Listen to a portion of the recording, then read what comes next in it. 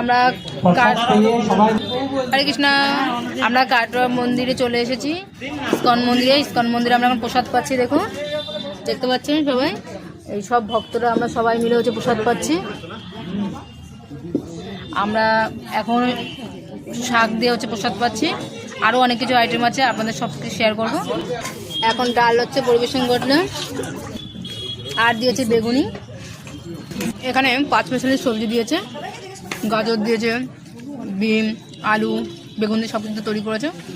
আমি প্রথম দেখলাম ইস্কনে ব্রকলি দিয়েছে, দেয়, এই যে দিন আজকে পেয়েছি আমরা ব্রকলি রান্না, রসা করেছে, পনিরের কারিয়া বানিয়েছে,